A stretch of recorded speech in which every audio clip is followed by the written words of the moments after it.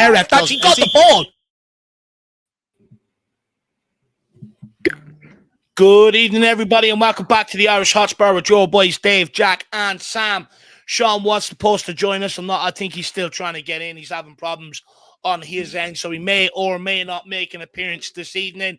And he was due to come in instead of Johnny, who was away on holiday as well. So you've just got our three ugly mugs on screen this evening, myself, Jack, and Sam. A few things to talk about tonight.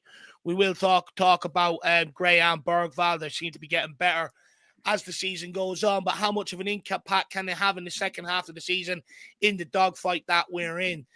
So, do we keep them around, and do we think they can go on and have a big second half of the season and help change our fortunes, or do we need to maybe look to loan them out for their benefit and bring in more experienced players? Also, Jed Spence, brilliant performance against Southampton. Does he deserve to start against Man United regardless if Adoji and Porro are fit? Also, what do we do with him come January? Because he hasn't been used, but he's been good when called upon. So what do we do around his future? And then also, something that I see creeping up, but something that Jack has also put into my brain over the last few weeks is that Tottenham performed better with Brennan Johnson out of the side. So we're going to have a conversation around that. Then last but not least, fans continue to still sing Daniel Levy's name throughout that 5-0 thrashing of Southampton. It seems like many supporters are behind the pressure now on the board. How can Spurs fan base balance supporting the team, especially like in a game against Man United, semi-final there coming up Thursday night, but also hold the board accountable for their decisions in terms of on the football pitch? So plenty to talk about tonight. Ways you could get involved at home, guys. Just simply get your comments in the chat. Any questions you want us to answer, we'll bring them up as we go along. And if you want to show support or stand out, feel free to do that with a super chat, or, grab yourself or gift other people a membership. And please, if you could, smash the like. It's the only time we're going to mention this evening. And we'll welcome we'll welcome the people in on screen first, see how they are, and then we'll get into the chat, see how people in the chat are. Jack, how are you this evening, my man? Doing good, Dave. Feeling a little bit refreshed, with the time away from Spurs. But of course, the time that I take away from Spurs, they end up winning 5-0. So I got to miss out on all the love fest and the time to actually enjoy, some silky football, which we haven't seen for a while. But yeah, looking forward to Thursday. Huge game. Feels like one of the biggest games of the season kind of for a while now. And looking forward to how it shakes up. And, this debate show and this panel show, we're going to do the best with what we got. Injuries, like I said to people on the back end, injuries throughout the team and throughout the Spurs content community. Well, look, I think Thursday night is the biggest game of Tottenham's, season so far to date. We win, there's a semi-final spot on offer. So, all of a sudden that gets you giddy, that gets you excited, it gets you on a semi almost, you know what I mean? So, we definitely want to win that. Sam, how are you keeping, my man? Yeah, I'm good, lads. Good to be back. I'm counting down the days till I'm away myself, so I will be away for the Liverpool game. Yeah, I'll be away for the Liverpool game, so hopefully I can bring the luck that Jack's brought to the team against Southampton. Maybe a slightly different scenario that we've got to deal with, but all in all, pretty good. Ready to get into it. No, 100%. Some good topics to discuss. So, guys, as we go along, please, like I said, get your opinions in. Let's welcome some people in the chat. We've got Paul Markey. I fear for Spurs supporters when they can't see how useless Johnson is. Can't beat an opponent, can't cross the ball properly. His only skill is tap-ins. Even headless Bergvall was better than him. Now, Paul Markey, I expect nothing less from you, and that's very controversial. Do you know what? I'd actually go along with that line of thinking. I'd actually agree with you on that. But, Brennan Johnson fanboys, beware. They won't be very happy with you. Drew probably won't be very happy with you. I'm sure if he's tuning in at some point, he'll probably have a response. But you know what? I'm going to save my opinion until we get into it. And fair play, I sort of agree on that. Big up, Archie T. Good to see you, my man. Hopefully you're keeping well. We've got William Webb, 4 a.m. in Queensland. Come on, you Spurs. Really appreciate the dedication, William. Good to see you, my man. We also have Eugene S. Big up, everybody. Big up, Eugene. Good to see you in the house. We have TC Barton. This isn't a debate, boys. Maddison is on a different planet to BJ. He's a one-trick pony and a god-awful footballer. I'm actually embarrassed he plays for Spurs. Wow. It wasn't so long ago. People were calling him Ronaldo and Brennan Zizou and all that sort of jazz. So how times have changed. We've got Paolo Marotti. How's it going, everyone? Good, and my man, how are you keeping? K32, hi Dave, Jack. Hope you guys are well. Happy Christmas to fellow Spurs fans. Big up K32, keeping well. How are you, my man? Maren Walton in the house. Evening, lads. Great to see you. DB says evening all. Good to see you as always. We also have Thomas. Good evening, everyone. I hope you are well. Come on, you Spurs. Paddy Harnett says, hold on a minute. Where the F are the flat caps? Yeah, my missus came in and said to me, Dave, put it on. So, she reminded me to put it on the head. Big up, Paddy. Good to see you. Tyler says, come on, you Spurs. The quad is on. In a coma says, more than 100%. Hands in my pockets. And in. Paul Brown says, good evening, Dave, Jack, Sam. Hopefully all is well. Everyone is keeping well. How are you keeping, Paul? We have Queen Ellie, 100% Maddison over Johnson. And yes, Spence deserves to start as he was great versus Southampton, and it's sending the wrong message. If he doesn't start, I definitely agree with that, Ellie. That's for sure. Big up, Karen Higgins as well. Great to see you, my man. Shem Tem as well. Hopefully you're keeping well. And then we have this from Moondog. Big up, Moondog. Good to see you in the building. And he says, good evening, everyone, and a Merry Christmas. Well, you're definitely feeling the vibes after that Southampton result, Moondog. That's for sure.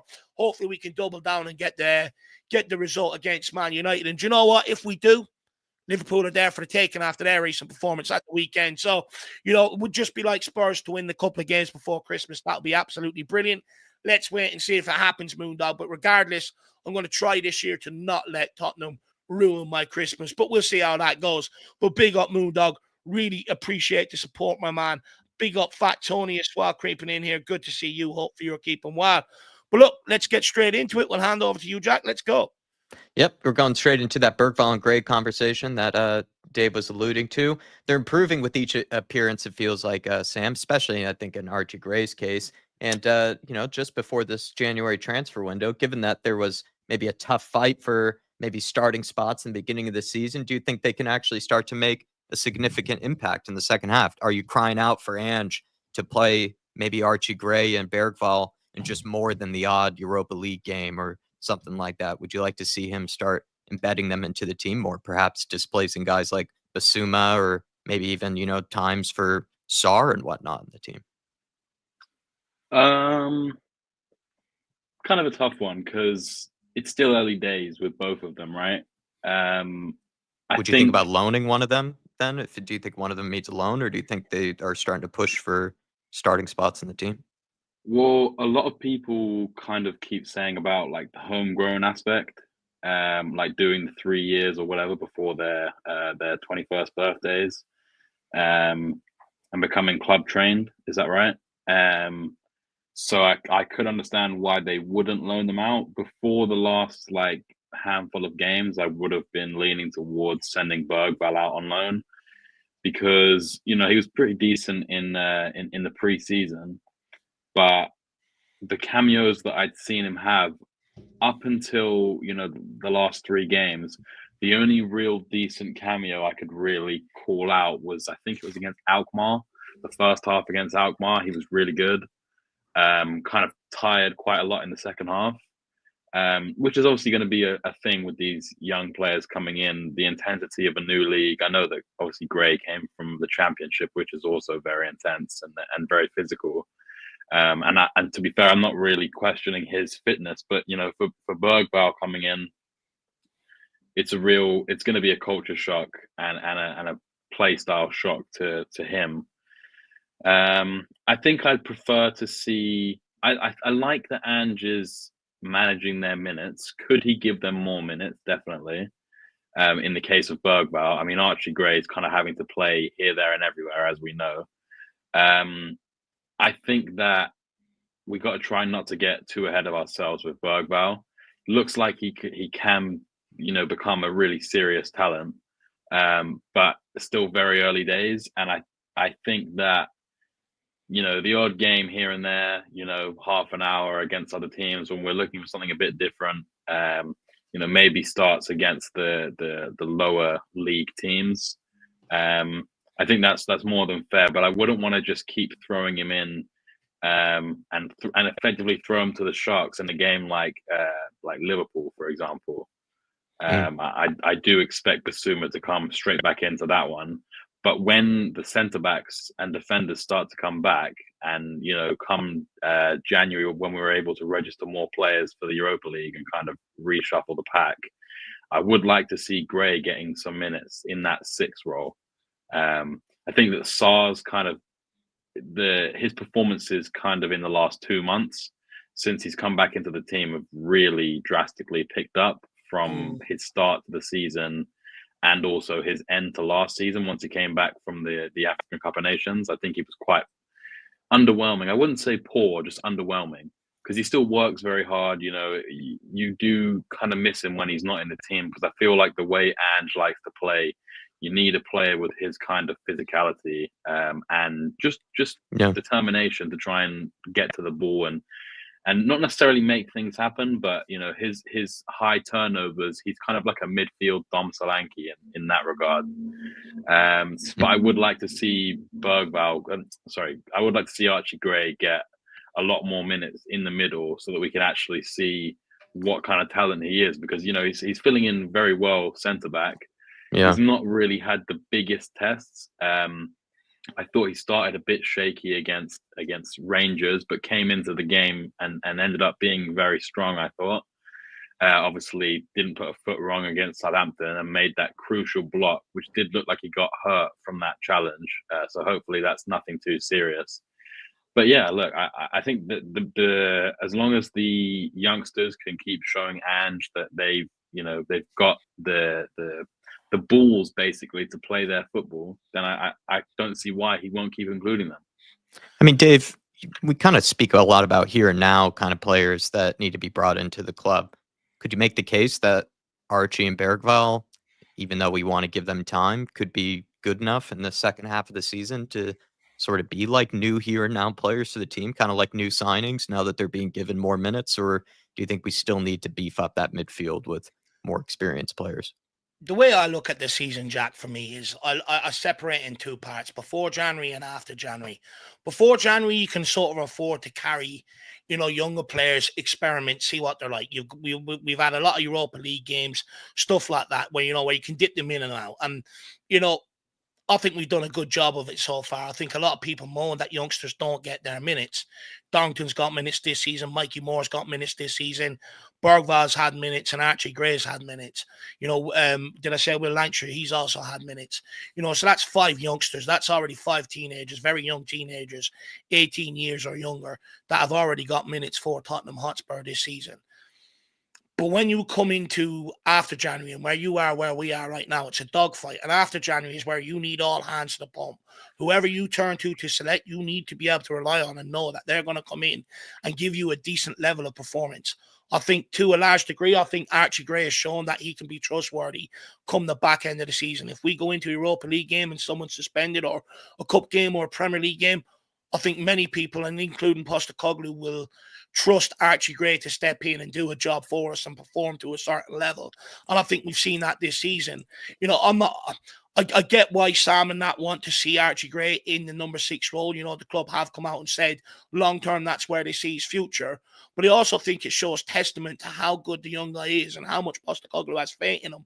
The fact that he said out of all the midfielders he has available, I can trust you at right back, I could trust you at centre back, and I could trust you at left back, and he's only 18 years of age. So I think what that actually tells me is defensively, he's better than anybody else we've got in the midfield. Or Postecoglou wouldn't select them to play them roles. Also, technically wise, what we've seen this season, he can handle that ball.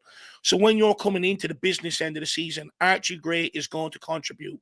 With Bergvall, despite him getting better, I'm not quite so sure that we can rely on him come the business end of the season, which is what after January is. He's still hit and miss. I agree with what Sam said. You have had games where he's gone missing, to a certain extent, or been, his lack of experience at this level has maybe come to show. And it has took him a while to really show what he can do. Now, against Southampton the other night, he was really, really good. But it goes back to preseason. You're up against teams that ain't pressing you, ain't really putting too much pressure on you.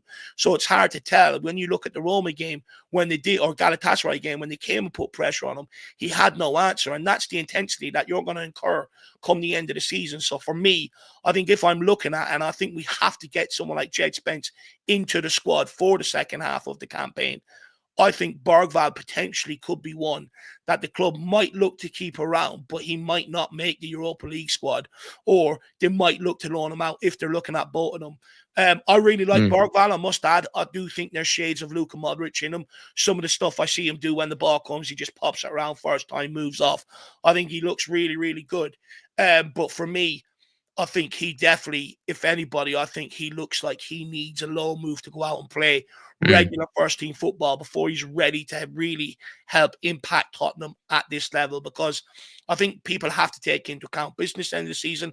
It's completely different. You're up against teams that are on it every single game, especially the deeper you go into the Europa League, the FA Cup, the Carabao Cup. You really need players to step up. And I think if the club go into the market for a midfielder this January, I think he'll be loaned out. I think Bergvall needs time, but I'm not sure if we necessarily need to loan him out this year. I think it's probably better for him that we do just continue to give him Premier League minutes, Europa League minutes, whatever it might be here and there. If he ends up taking some of these performances in real stride and performs really well, then maybe we can, leak him in a bit more into the team. But he hasn't necessarily had, I think, good enough performances on a consistent level to necessarily really warrant, just being thrown into the team. I think, straight away, I think we're going to need to see a bit more from him, because the way he how would you put it? Like the way he sort of went into his own shell, just sort of became kind of the shadow of the player we know he can be against Galatasaray. He had a real stinker of a game. There's some other maybe Europa League games where he had minutes where he went a little bit anonymous, during the game. He didn't really have the impact we know he can. But I think kind of like maybe the lesson we learned with Bryan Hill, where we didn't really, let him get the minutes here and there in the Premier League. We kind of just continued to loan him out to different leagues, different teams. I think with Bergvall, it'll probably be smart just to continue to keep him around the club, keep him around this league, and he'll probably benefit from that. Whereas with Archie Gray, I think he has a stronger chance of becoming, or at least feeling like, a brand new signing kind of for Spurs, where he hasn't had like a ton of maybe minutes or a ton of impact this season. But I'm curious if Bissouma, the more that he continues to frustrate Dave and I wonder if he could actually offer real competition to someone like Bissouma. I think if Postecoglou wanted to send out a statement in January, Jack, I think if he wanted to put Bissouma up on the list and keep Bergvall around, I think that sends a message right throughout the squad. It would just be nice to see maybe a game where instead of just automatically leaning on Bissouma, he actually goes for like a Bergvall combination with Gray, or maybe Gray and Sarr in the midfield, and then goes for Maddison or something like that, and actually leaves Bissouma on the bench as a real warning to Bissouma, but also just to see if maybe Gray offers something different. I mean, what I think is he's probably a more disciplined player than Bissouma is. He might not lose his head as much, whether it's in the tackle or just in possession. But sometimes, you and I, Dave, say with Bissouma, just too much dribbling ends up kind of, slowing down the pace of things. Maybe Gray, if he was given a shot, given some minutes there, actually might have a bit more of that passing range, a bit more of that kind of, tempo type setting, from those deeper areas than what Bissouma might. So for me with Gray, I think he could feel like a new signing in the second half of the season. With Bergvall, I think it's kind of, you have to kind of play the long game with him, but I wouldn't 100%. Say you need to loan him.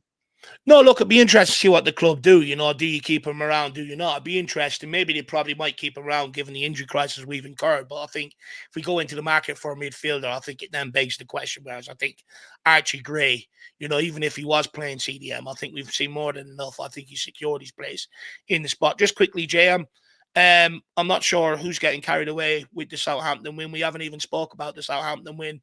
To be honest, we're talking about Archie Gray and Lucas Bergvall. So not quite sure how we're getting carried away with the win. Second of all, we won 5-0. Don't tell people how to celebrate. Don't be the celebration police. Don't be that guy. If people want to celebrate winning 5-0, let them celebrate winning 5-0. In fact, everybody that I've heard celebrating, they've said, I'm going to celebrate this, but I'm not getting carried away. United is the big game. So I'm not quite sure. I think that's just a witty, quick comment to put out there and make people look stupid. Whereas I think, when it's dissected, I think it flips, to be quite frank. Anyway, Jack, let's move on. Yep, let's move on. Good to see some people in the house as well. Hennessy joining us, Derek Hutchinson, Potty Villa, Raktos Madness as well. Good to see you, Alan. The other David Harris, Dave, your other compatriot down south. Druzilla, good to see you, Druzilla, and Sebas Wolf as well. Really appreciate you guys tuning in here. But the other question we had, And also, super chat has actually just come in from Paul Markey. Really appreciate it. I know you love the channel, man. I just, I see people, say it all the time, and it's like, do you even listen to what I say? I've said after the game, United game is the big one. We all know that, and let's not get carried away. And it just annoys me when I see it. You know what I mean? It's like, if we want to win, we're in football for the euphoria of winning. If we win, just let people enjoy it, because at the end of the day, everybody knows the problem with this football club. Everybody knows, it's a struggle to win trophies. And look, I'm a loser. I'll take the small wins where I can when I'm not winning trophies. So just allow me to have it, Jay. Big up, my man. Druzilla is on lunch as well. Thanks for tuning in, Drew. Good to see DJAK, Simon Foley.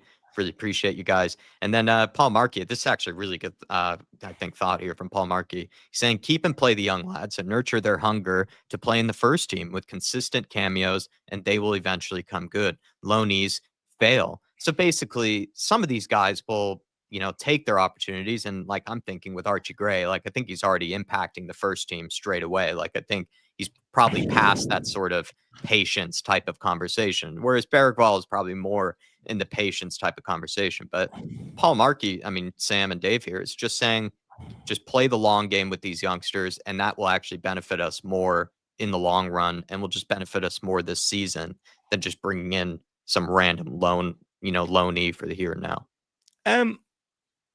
I think, when you look at the way we have got not conservatively, but purposely gone around lowering the average age of the squad since Paratici arrived here. And look, Johan Lang has continued on, but I'd argue he's took the piss of it. He's starting up a creche, babysitting service at this point.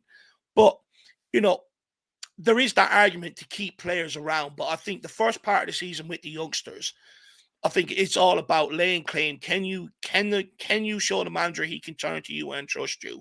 And I think when you look at Mikey Moore to a degree, when he gets back, if he gets back, I think he's probably proven that he can be trusted. I think Archie Gray, without doubt, has been proven that he can be trusted. I think Bergvall, like I said, if we sign another option or everybody's fit, I think he's probably the last one to be trusted again. But I do agree with you. When you look at players that we've loaned out in years gone by, who's actually come back and been better, or who's actually come back and come into the first team and made a massive impact, there's not too many, if any, at all. So I do think there is a certain part of me that, for the development, keep them around. And to be honest, if I'm a youngster and the managers wants to keep me around, I'm looking to stay around. I'm just going to sit there. I'm going to wait for my opportunity. Some point of the season, it's going to come around. When it's the end of the season and it's a Nottingham game, my opportunity will come, and I've just got to be ready for it. And I think it's good for them to stay around, because you want to train and you want to play and practice with the players that you're trying to get in there to play with, but also that you're trying to take their position. So I think it does good to keep them around the quality that we have, rather than put them out into a League One, League Two, where they get swallowed up. I wasn't happy with some of the loans that we allowed to go out. I think we'd fare better when we send them across Europe, rather than lower down into the Championship and League One and stuff like that. But look, I think it's a fair argument to make, Paul Markey. Fair point. Sam, anything you want to say on it? Yeah, the two contrasting examples I can think about. One is the main man, Kane, failed in all his loans, to the point where Leicester fans, Norwich fans were saying this guy's crap, take him back. And obviously we know what he blossomed into. But then the other probably example that feeds into what Paul's saying is, and maybe he's struggling a bit now, but Phil Foden, right? Pep didn't allow him to leave on loan. He didn't play him loads, but he played him just enough to the point where it got to the Euros, and everyone was saying that Foden was one of our best players going into it, right? So, look, I think loans can work, but you've got to find the right loan, and our track record of finding loans for these promising players just doesn't seem to work. Sure. Look at Dane Scarlett. It's taken him 3 or 4 loans now to start to actually find a bit of form. Look at Belize last year. He got 10 minutes for Sevilla. I know he was injured when he went there, but he hardly got any game time. And then I don't know why I'm thinking of it, still these loans for like Tanguy, where just nothing worked out. So we've been scarred by loans at Spurs. So I can understand where Paul's coming from. Yeah. I just hope that they take into account what's best for the players. Because I mean, look, like Josh Keeley, for example, he's getting a lot of minutes at Leyton Orient, right? So that could end up being kind of invaluable experience for him. I know it's a different kind of player. Yeah, and obviously Jed Spence was on loan before we signed him, and that obviously worked for him. He got his move. So I guess it just kind of depends on really the climate of what these loans are. And as I say, we've got a very bad track record of finding good loans. So yeah, maybe Paul's right.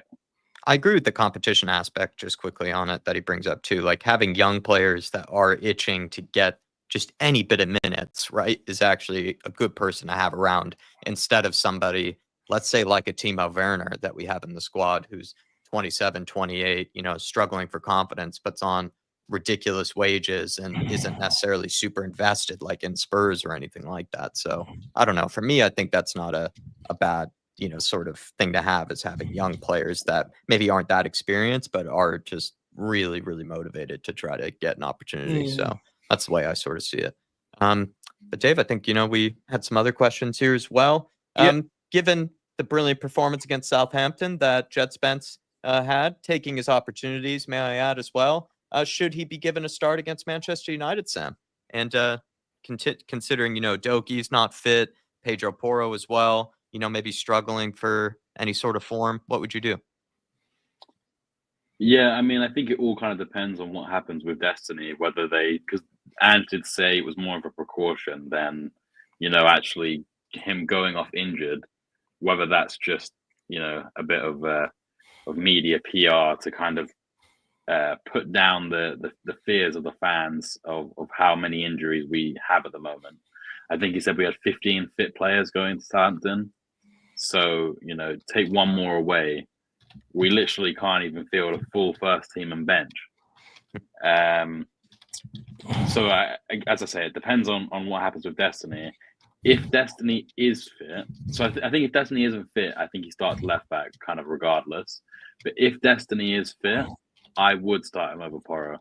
I think that the Southampton game was supposed to be a rest game for Porro, right? He had to come on after 28 minutes, I think it was.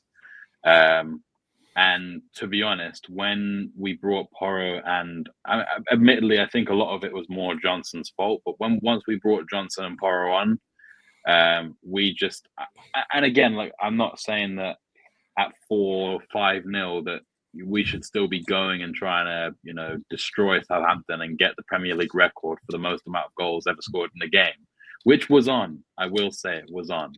I just don't think that they provided the right kind of level of fitness to warrant starting again. And I worry that with Man United's system, it's going to be pretty wide.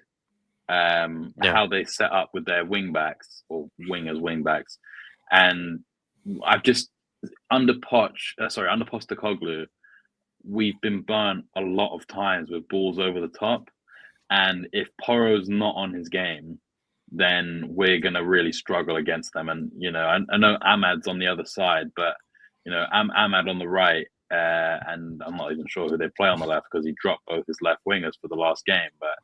They're going to create space, and Bruno's not afraid to ping it, and players that won't be afraid to play that ball over the top. And in the Southampton game specifically, there was quite a few instances where Porro's positioning was just absolutely like woeful.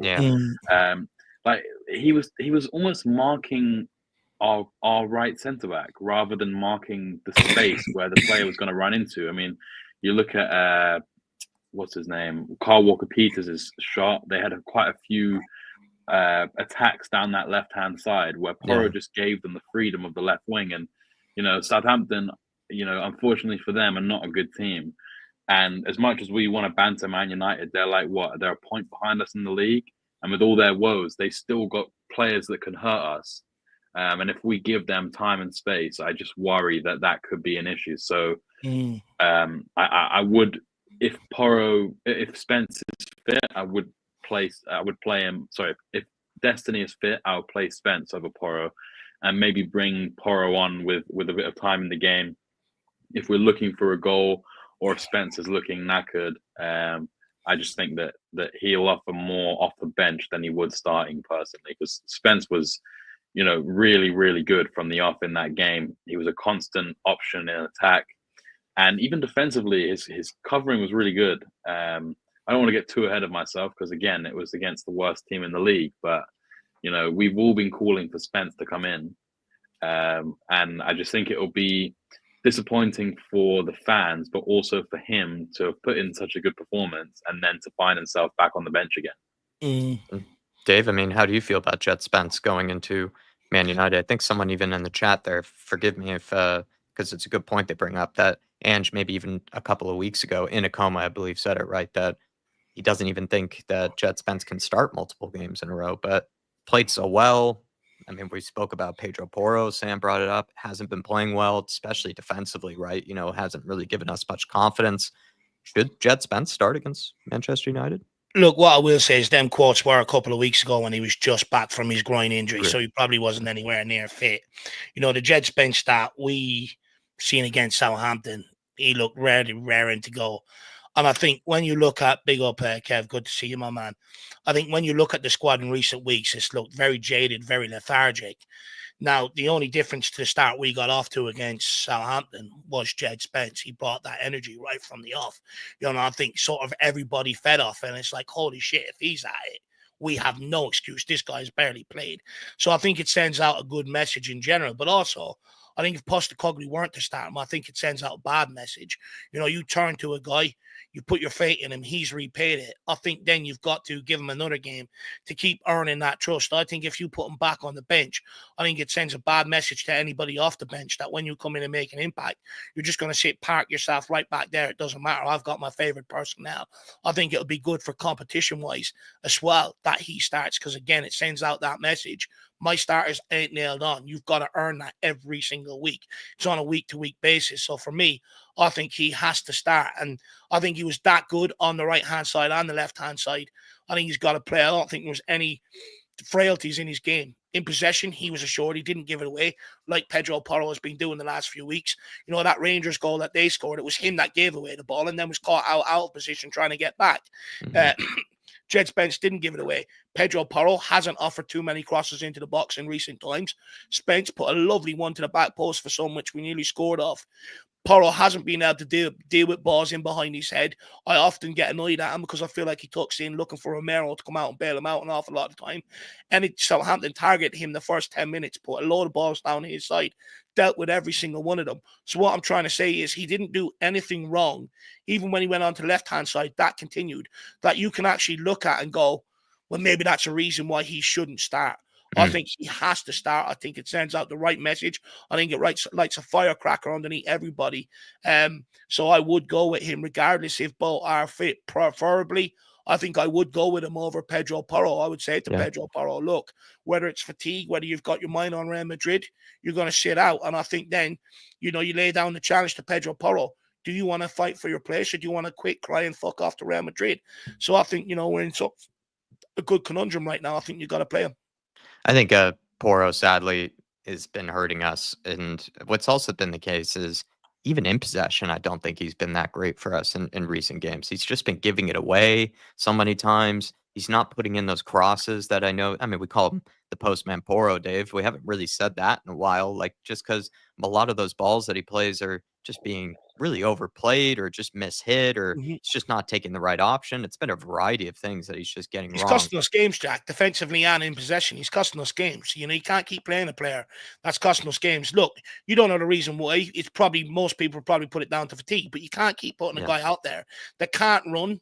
So he's cheaping out on his runs defensively or not picking up players. He's picking and choosing his moments. And he can't do it. He can't get up and help you support you in possession, which is what you need from him. So ineffective, it renders him useless right now.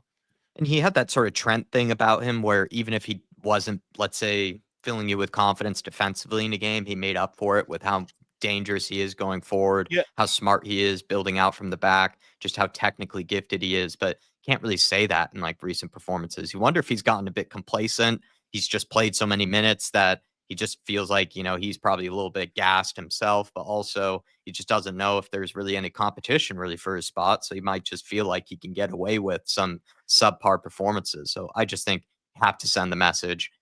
Probably, yeah, have a Jet Spence play instead. Or maybe if Destiny Udogie isn't available, still play Jet Spence on the left. I'd still be willing to take that risk. I think he's really motivated. What does give me some concern, though, is some people in the chat. I think Paolo mentioned that he was limping after the game while he was applauding the fans, I think at the Southampton game. So just shows, the injury worries right now. It's just so hard Saka to know. does the same every week, and he still plays, so I wouldn't worry about it.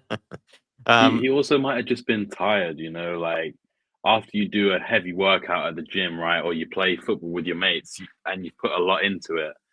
If you're not sore, playing like all sore, the time, not even, your body's just sore, right? And it's different when you're recovering, as a amateur playing football or whatever, and you have a nice like hot bath after the game or whatever, do your stretches. These guys have the best, sports scientists in the world. Maybe not as Spurs, but their sports science is going to be so much better than ours from a home point of view, that they'll be making sure that he's in the best condition he can be. So, obviously, fingers crossed that it's not anything serious, but it may have just been fatigue. Yeah, and some good comments, on Pedro Porro. Actually, a lot of people really frustrated actually by his recent performances, and I don't blame them. But Paul Markey sent this in earlier saying, "Is this Alejo?" I think he's saying also. No, also play them in the under 23 squad and dominate the that level, gain confidence and be familiar with the first team. I think Paul Markey's just full project youth, Dave, and he just wants to see Ange find that balance between giving them minutes in the under 23s, but also giving them their opportunities in the senior team as well. No, look, the thing is, I'm all for bringing in young players. I've expressed it before. I think it's good that you bring players in from your academy. I've highlighted it loads of times before, so we don't keep getting into a point where we're registering 5 goalkeepers every single time for Europe. It's important we start bringing some of our own players through, because you have to register 4 that have come through the academy. Also, I think in terms of dressing room, when you look at where it's been, players that have been very unhappy, very happy to roll managers under the bus, very happy to get their moves out of here and, not take blame for anything that's gone on. I think it's also good to get them in the dressing room. You go back to dressing rooms that in my time when I grew up watching football, you always had that core group of homegrown players. So anybody that came in, the standard was set. You don't fall below that. They're held accountable. You hear about the class of 92 that came through United's academy and the standards they set for everybody coming in, and look at the state of their dressing room now that they don't have them sort of players, dominating the dressing room that have come through the academy. So I think it's very important that we do focus on youngsters and getting them through. And I have no problem with us signing youngsters. However, in a summer transfer window where we needed reinforcements ready to go now to really kick on, or else it was going to come back to bite us and we were never really going to see the progress we wanted to see as fans, we went completely down one road, and I think it's unhealthy. I think what you should be doing is 70% first team and 30% on the future. I think that's probably a good balance. But look, is there merit to keep them around playing with the under-21s? Well, they are playing in Europe as well with the under-21s. So, I think they'll get plenty of game time. Let's wait and see what happens, Paul Markey. My internet might have went there for a second, so hopefully people can still see me and hear me, but really appreciate the support, Paul. And I think a lot of us, I know Sean Maddox, our very own, is also very much in, kind of the project youth mode right now.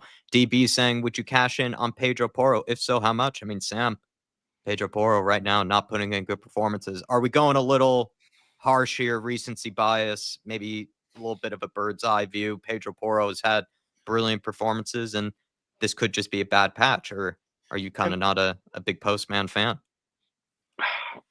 It's tough because I do really like him. And I mentioned last week with Dave that I think he has a good attitude. And clearly, he's a likable figure around the club.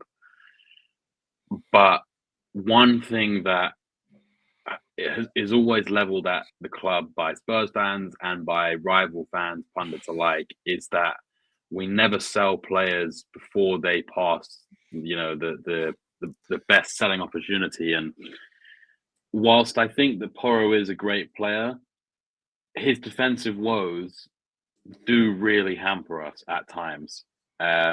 last season he started defensively pretty well. And then sort of, I don't know if it was the system or just the fact that he's over-relied upon. Those goals started to creep back in, and his defensive frailty started to show again. And I feel like you can replace him with someone who maybe isn't quite as good going forward, but offers more defensively and is still capable of putting a cross in. If what are we buying for? 50 million? If they want to give us 65 plus, then I'd be maybe sort of entertaining the idea of letting him go. Not that I would force him out, but just I hear you, but I completely disagree with you.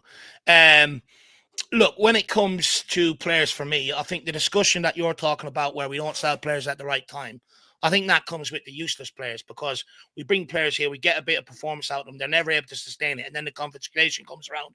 Eric Dyer, for instance, United came in for him 25 years ago. Why didn't we accept it? We should have sold him at the right time. When it comes to our better players of the squad, which Pedro Porro has been over recent years, I think we've got to stop making the same mistake. Until we get a squad that is fully assembled and we've got 2 players more or less for every position, I don't think we should be entertaining these discussions, because all I think we're doing is actually making the club's job easier to sell our best players. We've done it with Harry Kane. Look at the problems we have now across the forward line. Be careful what you wish for. We sold Emerson in the summer. Now we've had to rely on Pedro Porro for most of this season. Most people are happy to get rid of Emerson. Until we get a full squad together, we shouldn't be selling anybody. We should only be adding. The only players we should be selling is the riffraff that we've had to loan out in years gone by. Apart from that, you've got to learn to keep your best players. The conversations have come up about Romero as well. I'm telling you now, once he goes, you're going to feel the pinch. We've got to be careful what we wish for here at Tottenham Hotspur. In fact, I think we're doing Levy's bidding for him at times, where we go, yeah, we'll take this much, because then he'll just go and ask for that. The fans will be happy. It doesn't matter. I can go and get that money, put it into an 18-year-old and bring him through. Grand. I think we've got to set, we want a better culture from the top. We want to go on and win trophies. Well, in order to do that, you've got to keep your best players.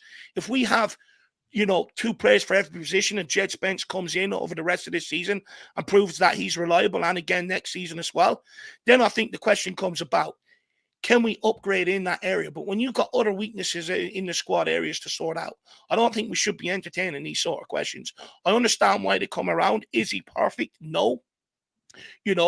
But you got to understand, the guy's played the most minutes out of everybody last season and this season. He's absolutely fucked. He's jaded. That's contributing to some of the performance levels we're seeing on the pitch. Is Pedro Porro a bad player when he's fully fit? No, he's not. So for me, I understand the questions. But until we get a full squad together, why are we selling off components? Because let's be honest, we made this mistake with Harry Kane. Did they reinvest that money properly into the right players to come in here to have immediate impact? No, they didn't. So I don't trust them to do it by selling Pedro Porro. I don't trust them to do it to Romero, even though that he's manufactured his own move out of here with his own quotes. I do not trust them to do it. So stop doing their job for them. We can't sit there and go, they always do the cheap thing, and then give them the easy way out by letting them sell our best players. I don't understand it. 100%. I think we also still have some time, though, for the main question of the evening, the one that is in the title of the stream here. I've mentioned this a couple of times to Dave, because Dave always has to listen to my voice and my annoying questions, Sam. So maybe I'll give this one to you to start off with. But, when it comes to Maddison versus Johnson, I've kind of noticed that it's either him or Johnson or Maddison are kind of the ones that are picked between Ange for who starts and who gets benched, right? And I'm starting to go Team Maddison on this one. I feel like Spurs play better with Maddison in the team instead of maybe Johnson starting in the team. Have you started to notice this kind of more, this decision Ange has to come between? It feels like it's either, him or Johnson seem to start. Do you think Spurs play better with one or the other on the bench? Are you Team Johnson, Team Maddison? And would you like to see one of these guys benched for the Man United game? Yeah, I mean, it probably goes back to the Man City game where we saw Maddison play like on the right, or sort of float in a floating position, and he dropped Johnson, which a lot of people maybe questioned at the time. But I just think that what we lack in the team is someone who dictates play, right? You know, we argue about Bissouma being too dribbly. Bentancur has hardly been there in the last 2 years. Kulusevski, as much as I really like him, and you know he carries the ball well and he's good in tight spaces, he's not really a tempo dictator. So your question is kind of between those three, right? Maddison, Kulusevski, or Johnson. And Kulusevski's been, without a shadow of a doubt, our best player of the season. So you're not dropping him. And then your argument is whether you want to play someone who can take the ball and actually do something with it, or someone who can run in a straight line. And, you know, in a different system, you'd probably say that Johnson, it would be stupid to not play Johnson. But when you play a lot of teams that try and basically, you know, double up on our wingers with their defenders because they sit back against us, because that's the blueprint for how to play us. Thank you, Gary O'Neill. I'm not too upset to see you go after giving away our secrets. I just think that, you know, if we play teams, you know, that actually attack us and give us space in behind, then Johnson is the guy to play, right? Because that's his skill, running in behind and, you know, not taking his man on in a skillful way, but just, you know, sizing him up for pace. Like, I mean, look at, I think it was last season against Man City. He absolutely skinned Vardiol like a number of times.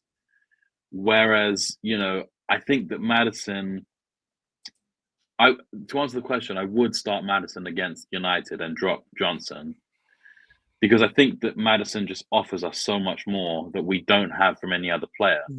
And I think that Johnson's strength last season was coming off the bench and being that, you know, Ole Gunnar Solskjaer super sub. And he's shown us again this season that he can be that super sub. I mean, admittedly, I thought he was absolutely shocking when he came on against Southampton.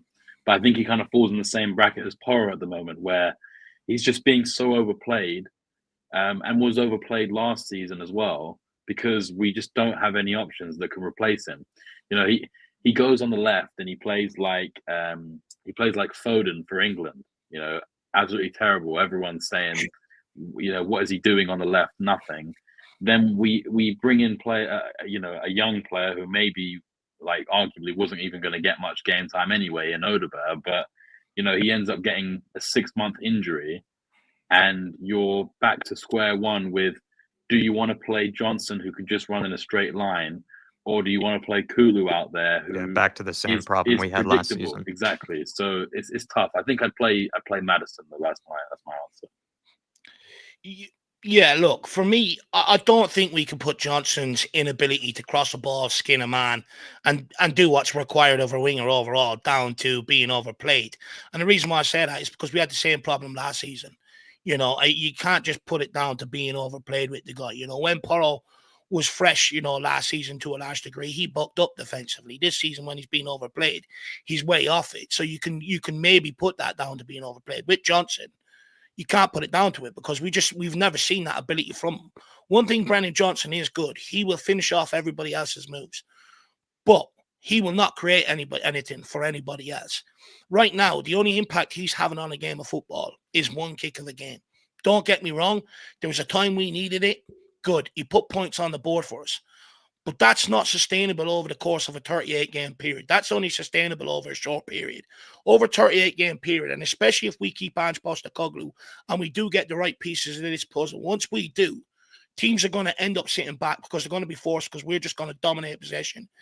That's where you need someone that can create 5 yards, put a good cross into the box. For instance, Southampton the other day, I was quite shocked.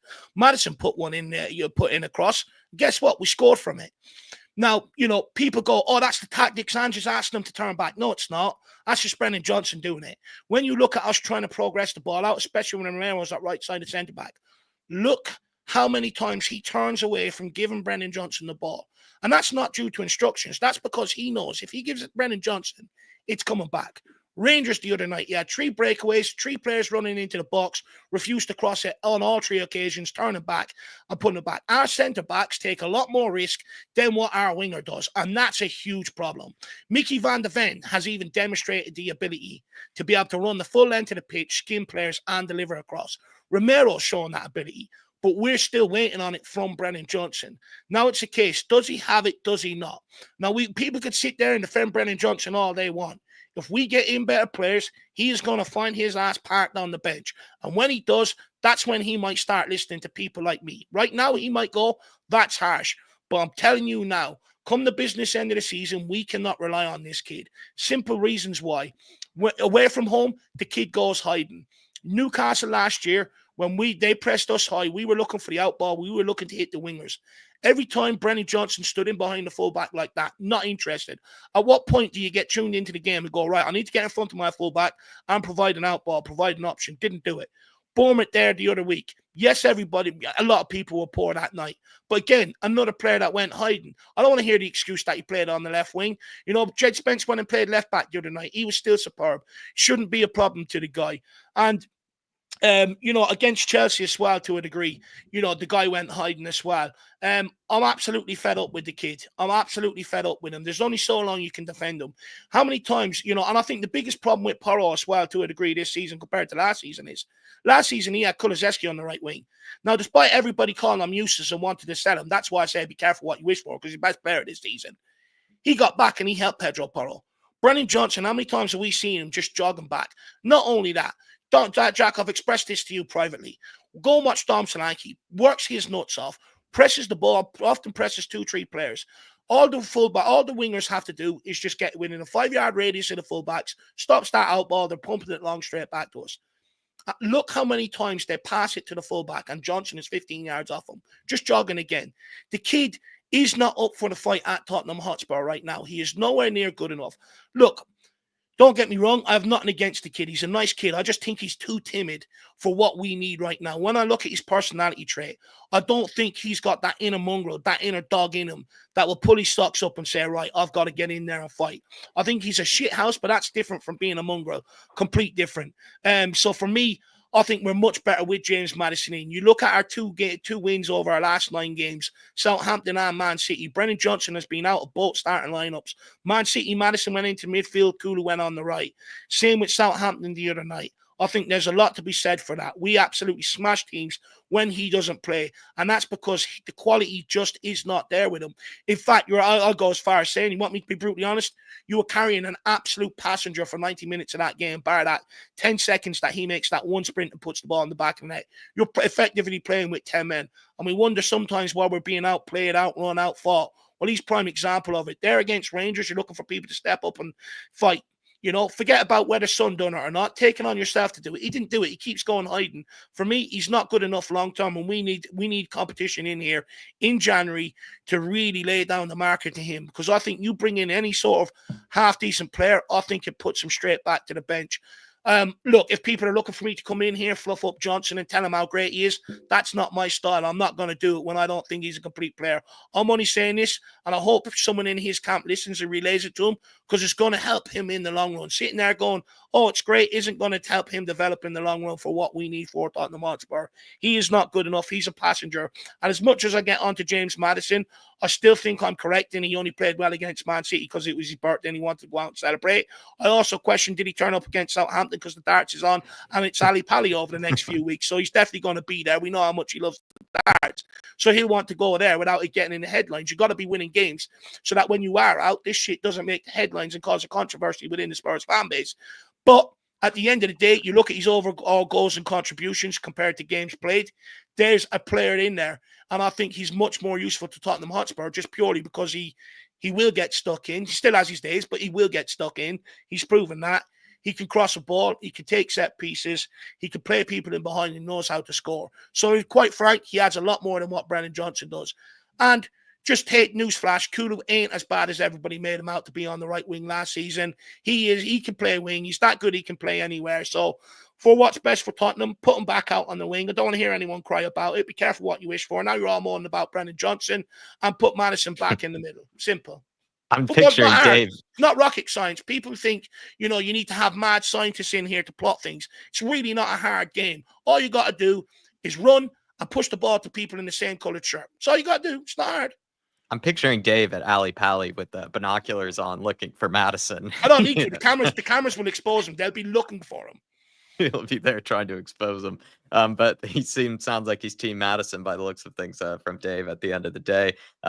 Even Surf Australia is saying Spurs' problems are Johnson and Porro at the moment. Teams have been targeting us on that side, as both can't defend. Play Kulu at the right wing and Spence at right back. Thing is that we also do look, more defensively, I think, secure when you do have Kulu there next to Porro, because he just has more of that defensive involvement. He has more of that urge, that want, that to get stuck in to help out his fullback than Johnson does. With Johnson, it feels like he's doing it because he knows he has to, not as much because he wants to, if you kind of get what I mean by the difference there. Just things that I would add is that, and I've said this to Dave so many times, but maybe you haven't heard this as much from me, Sam, it's just, I think Maddison just adds so much more quality into the team, and that's what I think we're really devoid of most games. What we really lack, I feel like, is guys who have a bit of composure about them, a bit of technical skill, guys that can create things on their own, can kind of just unlock a defense just basically with one move, one pass, or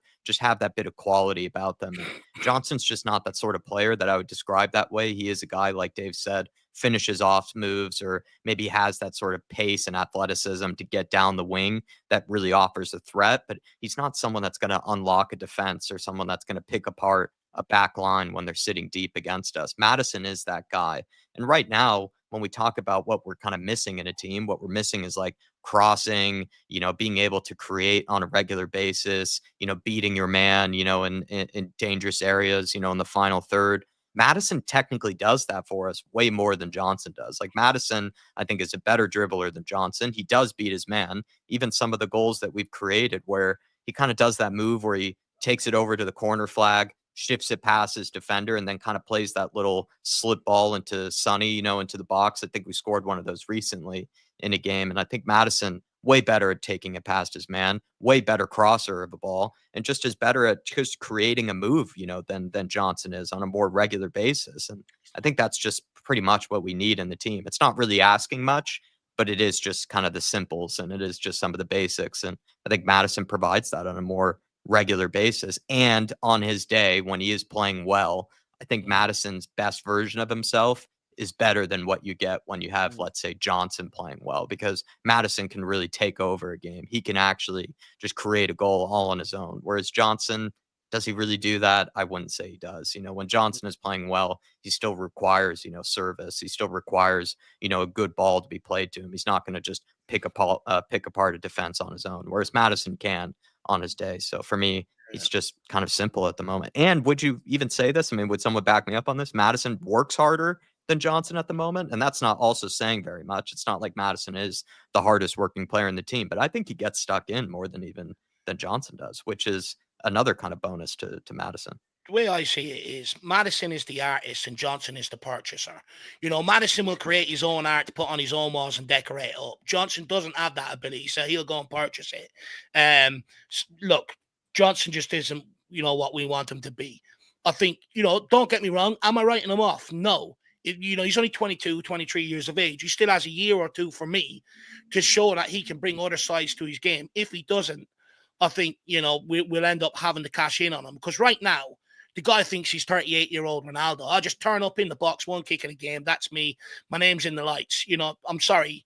You got to add a lot more to the team than that. Just quickly, though, I do want to take this from Martin Moulton and then we'll get to sorry. Martin earlier on. I was going to ask you this, Dave, after your rant. I was going to ask would you you take Marcus Edwards over Johnson on the right? All day long. Marcus Edwards, he can skim players. He has end product.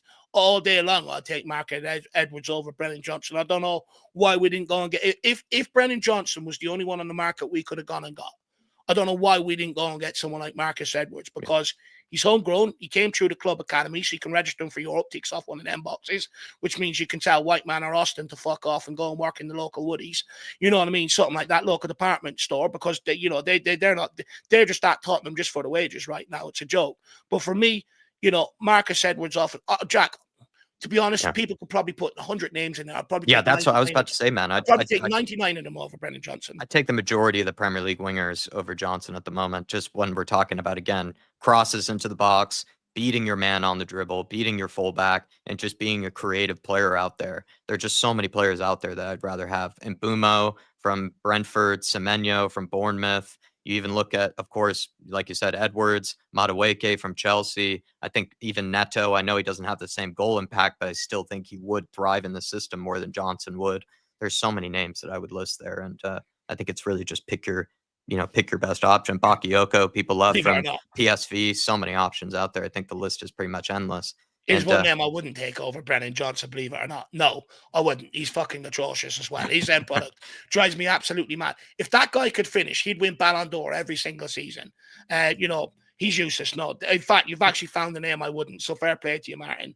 Another thing I would add is just maybe Maddison too. I think sort of contributes to Kulu and Sonny playing well more than I think Johnson does too. Like I think Kulusevski plays better when he has someone like Maddison in the team because the creative burden isn't all on Kulusevski in the game. Like someone else can take over if need be. But then kind of the same goes for Sonny, where lots of games we kind of rely on Sonny to be a goal scorer, but also kind of to be one of the chief creators. And just having Maddison, I think, takes that bit of that burden away from him, if you ask me. But were you going to add anything? Yeah, would you take Marcus Edwards over Johnson? And then we'll get to Dermot's super chat, and then we'll probably wrap things up with the members. I was just going to say about Maddison is a lot of the times we complain that, or at least I complain that the midfield and the strikers are just so far apart. And when you're playing Johnson, he's waiting for his moment to try and hit that back post. But other than that, as you say, he doesn't really do much. He kind of reminds me, the criticism I have for him is kind of what reminds me of the criticism people used to have for Eriksen, right? Towards the later years, where they used to call him like the Danish lawnmower. Like he just covered the grass. He didn't really do anything. But obviously with Eriksen, he had the ability to, pick a pass or, hit a thunderbolt from nothing. Maddison, I just think when he plays in the midfield or even if he plays on the right, he just is going to offer a link between attack and defense. And I think that is the reason that we bought him. He plays in that channel between the opposition's midfield and attack. I know that, at the moment, or we've argued that he's been playing quite deep, and that isn't really helping us when your attacking midfielder is dropping deeper than your holding midfielder and trying to get on the ball and basically taking it from the centre backs. But he does have the ability to sit in that pocket of space and actually try and dictate tempo. In the Southampton game, Dominic Solanke had, I think the stats said he had one shot, which was that sort of shot that it then ended up falling to Kulusevski. To just pass it into the empty net, and it's like he was the only player in the front line basically that didn't have a great game because we just don't create anything for him. And I think that the more you let Maddison and Solanke play together, the more Maddison will start to understand how Solanke plays and vice versa. And Solanke has done well at taking those long balls from Forster and trying to flick it on. So. And Maddison, people might argue about that he's not been the signing we hoped he would be when we signed him, but he does always make that run through the centre backs for the long ball. But we just don't seem to find him because we shit the bed every time. Romero found him 5 times at the start of the season doing that. Exactly, and it didn't quite work out because maybe the touch wasn't quite right, or he didn't get the shot off correctly. But the option is there. And, we've kind of just abandoned that because Maddison hasn't really been playing. And no one else really makes those runs. I think Sonny would make those runs if he was given the freedom to come inside more. But, that's not really how Ange likes his wingers to play. He wants his wingers to play wider, which is also, like I said to you the other day, Dave, I actually think that Maddison could be pretty good on the wing as well. Just putting that ball in across. You tell Solanke, all right, Dom, forget trying to drop deep to get on the ball. be the hold-up merchant up front and get yourself in between the posts, because Maddison is going to whip that ball into you. And if it doesn't go to you, Sonny's there on the back stick trying to tap it in, doing the Johnson role. So I wouldn't be against seeing that. I have no problem with Maddison playing in midfield. I think he can play there. I think there's too much made of it. I think people put it down to tactics. Ange Postecoglou ain't getting the best out of Maddison. Be quite frank, I actually put it down to the number 6. So I think when you've got Bissouma there, because he slows it down so much, taking so many touches, he allows the whole opposition to get behind the ball, which then means if Maddison wants that space to be able to operate, he has to drop deep to get that ball. When we have players there like Sarah, like Bergvall, moving that ball quickly, one pass, let's get it moving, and the defenders moved it very quickly, that allows James Maddison to stay up in them pockets of space and be found, because we're not allowing the opposition to get every man back behind the ball. And I think that therein lies your massive problem. You get a number 6 that is just good on the football. As soon as it comes to him, keep it moving. A bit like Bentancur, playing it through the lines. I think that's where you get the same out of the best out of James Maddison. It's nothing to do with tactics. It's to do with Bissouma in that number 6, because he slows it right down. He allows everyone to get back, which means then when you want that space, which as a creator you do, James Maddison, you're used to trying to pick up pockets of space. Naturally, subconsciously, the only space you can get is by dropping in front of the opposition and picking up the ball and trying to make it work. So I think the big problem for me is Bissouma. But look, questions come around Maddison is because he has been inconsistent. Yeah. He's the only one that can stop the questions around himself by producing what he does do on a lot more regular basis, which people wouldn't ask for it if they didn't think he had that ability. It's like, I don't ask for it from Johnson, but I do from Maddison because I believe he has that ability. So hopefully he can produce it more often. And I mean, anything you'd like to add, Sam, before we get to Dermot's here and go to the members? No, I think we've kind of all about covered it. The only thing maybe I would add is that I just think that there is maybe a question with how United are going to set up with their players trying to get forward on the wings to create, the width against us, that on the counter, Johnson could be quite effective. But if they set up like they set up against City, which was basically how Arsenal set up against City with 10 men, which was basically 9 players camped on the edge of their box waiting for a counter, then Johnson is not going to be effective. I don't think it's effective anyway. To be effective and play on the counter, you have to be able to play it through. We can't. We can only play it down the left or through the middle and hope he gets on the end of it. So that's why I don't even think he's effective on the counter, because you have to be able to get the ball to him and he has to be a part of it. He has to be able to run down that wing, use that space, and just put a simple ball in for Dom Solanke to talk home. Anytime he's had that opportunity, you've got a fan up in row set in the east stand, putting his hands up, catching it. It's embarrassing. You've got to be able to play through the guy to be able to play on the counter with him. For me, that's why he is a good impact sub. Later on, when the game opens up, everyone's tired and everyone's standing off him when we're winning games. That's when he's good to come on. Apart from that, I don't want to see him.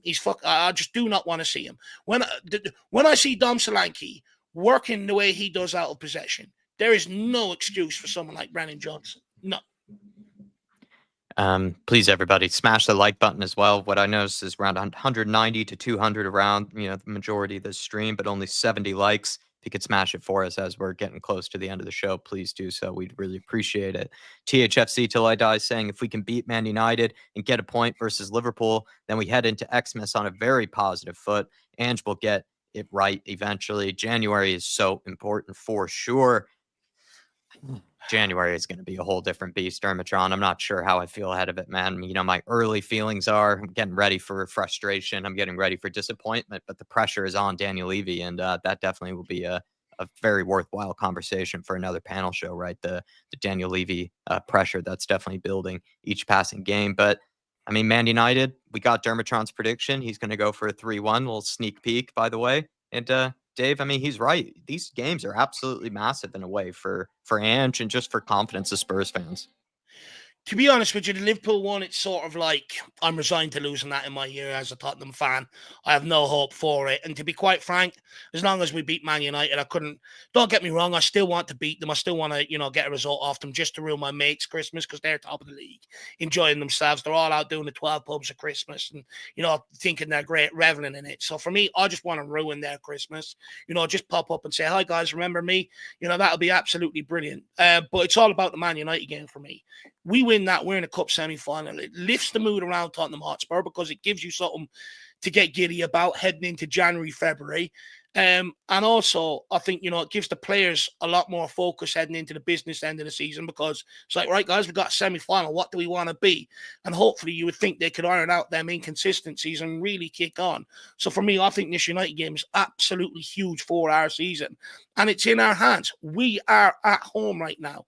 We got to take this advantage. I'm used to Tottenham getting a big team away from home and sort of being resigned. Oh, you're away from home, you're going fucking out. We are at home. We've got decent enough home form under Postecoglou.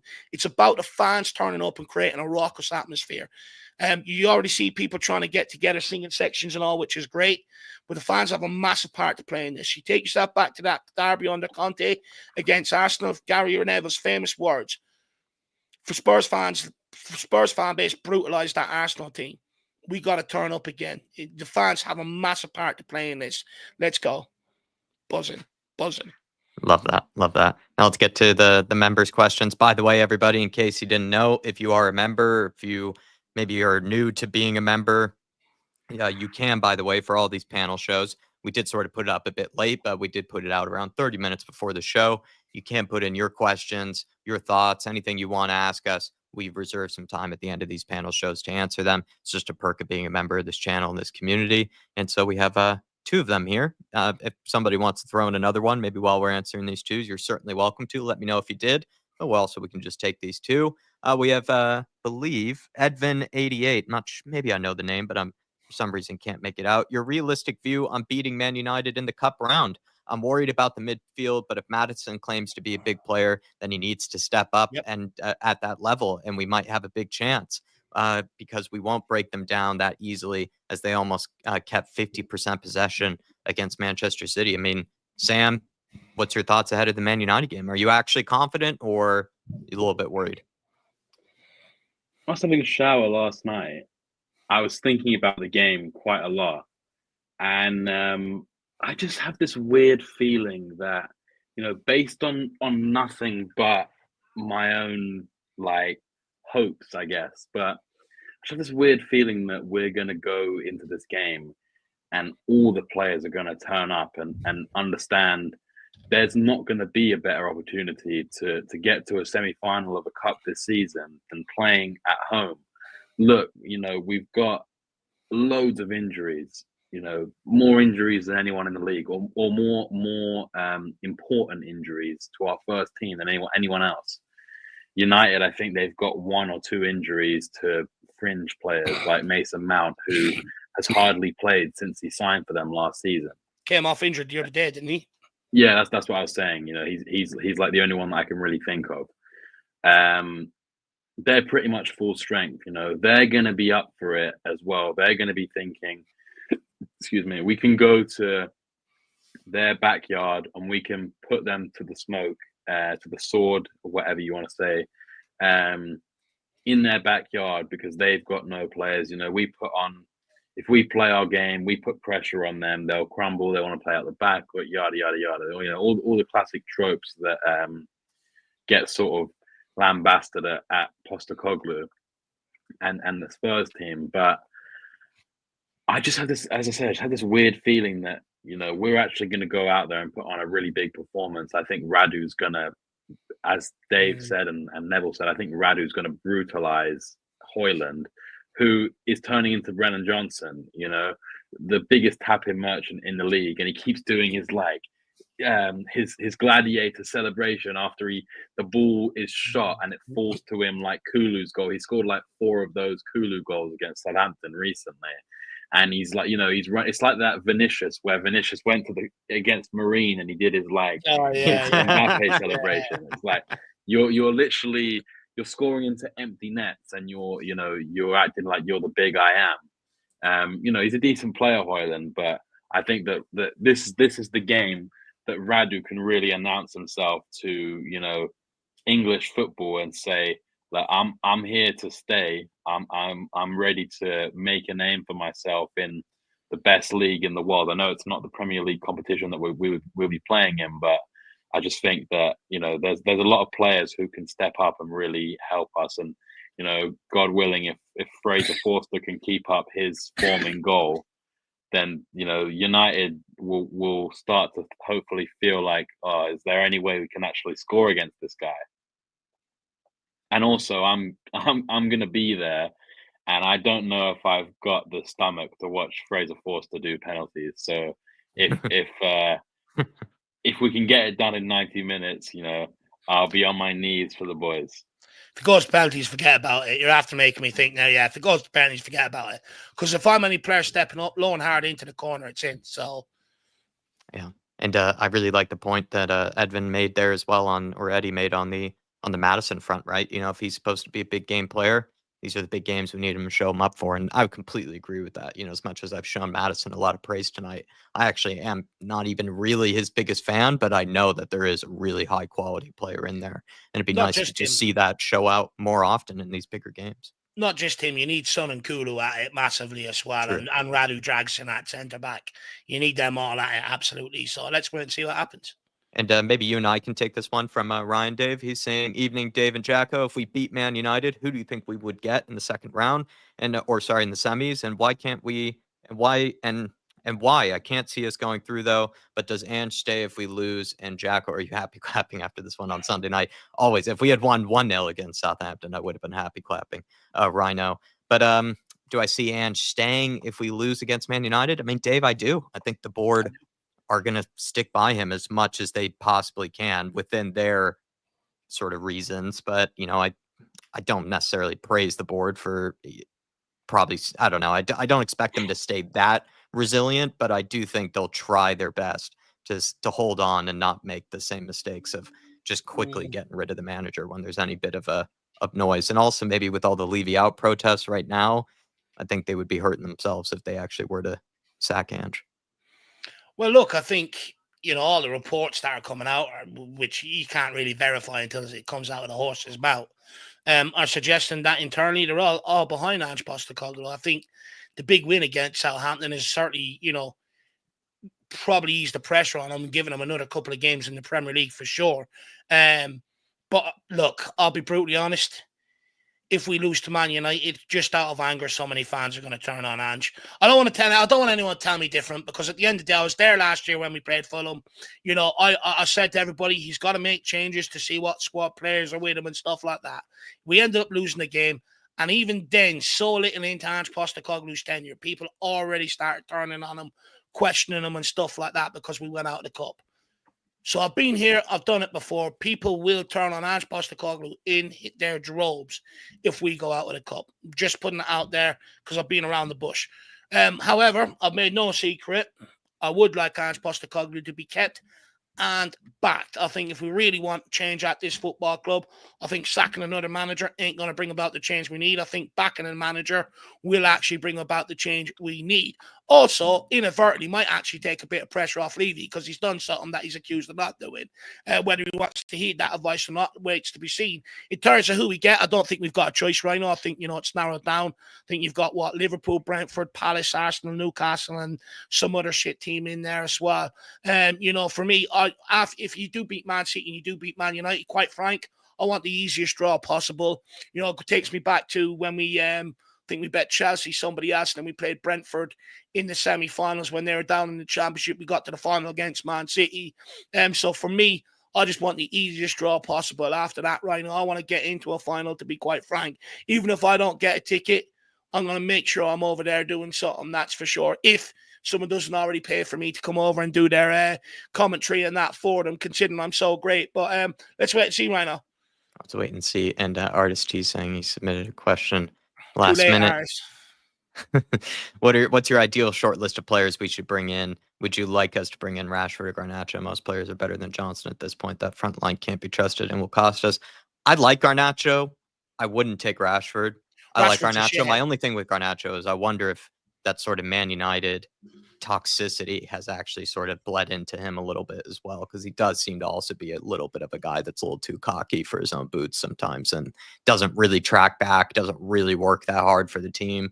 And I just don't think that would really fly in this team, and doesn't really fly in most teams. Like, I think even Mbappe is sort of getting called out for that at Real Madrid, right? For not even working hard out of possession. And I think Garnacho is one of those Me personally, though, I think I would bring in a left back this January window. I would look to bring in another forward player if we can, and then probably something maybe in midfield if we can try to shift on Basuma, but I don't know if that's a possibility. I think I'm seeing around 2 players probably being brought in this January. Look, for me, I wouldn't touch Rashford with a barge pole, to be quite frank. I think he sets out a poor example. You know, what was it? He went out, celebrated his birthday in public after losing to Man City. I mean, imagine, you know, if a player done that, a homegrown player at Tottenham done that, and we lost to Arsenal, be absolutely outraged. You know, recently, even though Man United are in the troubles they are, he's been out in America, stuff like that. For me, I just think his absolute attitude is poor. And I think he's got carried away with himself, quite frank. As Garnacho, I still think there's time to save the guy's career. I probably would take him. But look, you know, let's wait and see what Tottenham do. Quite frank, it's going to be a name that we're all going to have to do some sort of looking into. It's not going to be one of the most obvious names. Tottenham don't do that. So we'll wait and see on that one. Just quickly, International Observer says, Dave, is the backing you suggest unconditional or is it performance related? I keep hearing give managers time. Most managers who are given time earn it, the credit in the bank. Yeah, to a degree, that's true. But, you know, Arsenal gave Arteta time. Look at the benefits. Don't tell me you don't want to be where Arsenal are right now, because if you say no, you're lying. Look what Liverpool done with Jurgen Klopp. They were routinely, Bournemouth would put 4 goals by them, up and down, etc. They could have sacked him there and then and said it hasn't worked out. But what did they do? They went and backed him with Van Dijk and Alisson. So, you know, my point is, and to your point, how many times are we going to keep changing managers and look for it to work out? At some point, you've got to realize the problem is they don't have a proper squad to work with. So rather than actually sack them off the back of that, back them, give them the squad to work with. Because to be honest, you bring in another manager, you're still going to see the same shit. They're still going to need reinforcements. And all you're doing then is making that next budget spread over 8 players. And then you'll be the very person going, Levy's being a cheap cunt. He's spending 20 million on a player.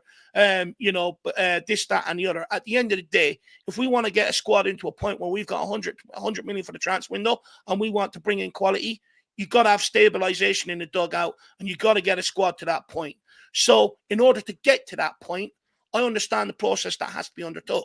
That's why I'm willing to back the guy and I'm not willing to knee-jerk, because people told me under Conte, get rid of him. It's going to get better, Dave. Still waiting. People said the same to me under Jose Mourinho. Sack him, he's useless, Dave. Forget about his CV. He's too old now. Another manager get better out of this squad. Still waiting. Same with Nuno. So we can keep making the same mistake, keep going down that path. But then we're only adding to the problem with not winning. We really want to win. Player managers that are coming in here with the CVs they are, call for them to be backed, not sacked. Simple. Couldn't put it any better. Please, everybody, follow Sam over on Twitter. Sam, any final words for the people here? Thanks for taking the time out of this evening. Thanks for making this show possible for us. Thanks, guys. Thanks for having me on. No problem. Yeah, look, the only thing I'd say, I said it on the match preview before the Southampton game. Yes, it's hypocritical of me because I'm not the biggest chanter at games. I'm too engrossed in it. But we just need to have a big atmosphere on Thursday. If you're going to the game, sing your heart out. Don't be embarrassed to start chants as well. I'm thinking that maybe with this new I don't care about Levy chant, they might just sing it the entire game. Like we saw against Southampton, they pretty much sang it for the entire game to the point where I'm already kind of sick of it. but I get it. You know what I mean? It's like when you find a song that you really like and you just play it on repeat until eventually you can't bear it anymore. And that's kind of how it needs to be. Maybe some other tunes that can come in and kind of do the same sort of thing. But I'm seeing people blowing up their Levy and Enoch out balloons again. And it will be important to see this sort of stuff whilst we're potentially going through a little bit of rejuvenation in form, not so much when it's just all doom and gloom. And it will be interesting to see, I think it was his name was Sniper something in the chat, said something along the lines of if we beat United but we lose to I think it was Liverpool and Brentford, I think he said, we lose to those teams and we're 14th by game week 19, where do we see like what will happen with Ange? Look, it'll be interesting to see because the fans and the players seem to be Ange over Levy, and he can't hide behind the normal.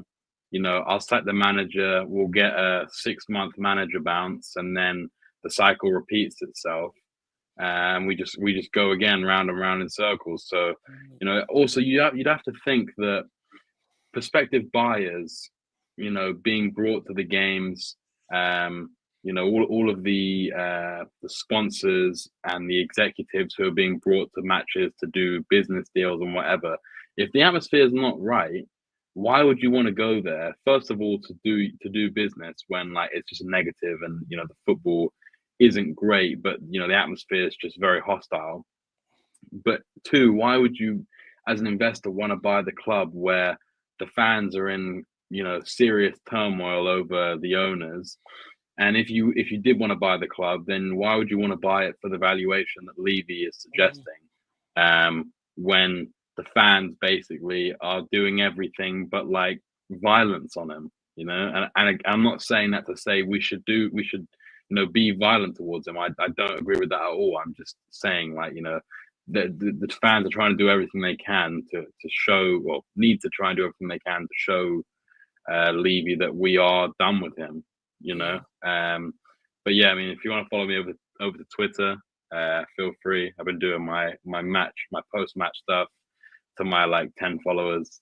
I also have been engaged in a debate where Nottingham Forest fans are like coming at me because I commented on a post that said like something along the lines of, it was a Spurs fan being like, can't believe Nottingham Forest are 5th, only like a few points behind $1.5 billion Chelsea. And all I said was not to do down their what they're doing, but they have also spent 300 million on 34 players in the last 2.5 seasons. And the Nottingham Forest fans are coming for me. So I need some support, but look, no better man than me. I love going at opposition fans. I love sitting there having the crack. So at me in it, and I'll get in there on the fun. I'll put on my lumberjack outfit and I'll go and cut the forest. Just quickly before we end off, International Observer comes back, says, Dave, is this? No, sorry, that's not that one. Where is it? The other one. I'll just take it quickly. Where's it gone? Did he delete it? No. We can't keep a manager simply because mistakes have been made in that department by the board. The manager has to be accountable to his results. Look, understand what you're saying. But in order for a manager to get results, you have to give him the right pieces of the puzzle. We had Jose Mourinho and Antonio Conte here. We gave him Dyer and Sanchez and that to work with and form a backline. You got Ange Postecoglou here. He's known for his attacking football, and you sell out the all-time attacking goal scorer, and you replace him with Brennan Johnson. So I'm sorry, at some point you got to look at it and go, well, we can keep blaming managers for the club's failings and keep sacking them and make them the problem, even though they're coming here with the CVs and proven history. Or you can say, do you know what? Scrap that. No, I want this guy to be back so that he can bring what he's done everywhere else. Look, you can keep basically all you're doing is firing managers because they won't work round to Levy's way and do what's cheap, what's possible, and make things work. Really want it to work? Get some cojones and call for him to be backed. Simple as. Anyway, that's my opinion. But look, I think we'll leave it there. Yeah, I think we'll leave it there. But great show. Thank you, Sam, for making this show possible. Dave, on fire as always.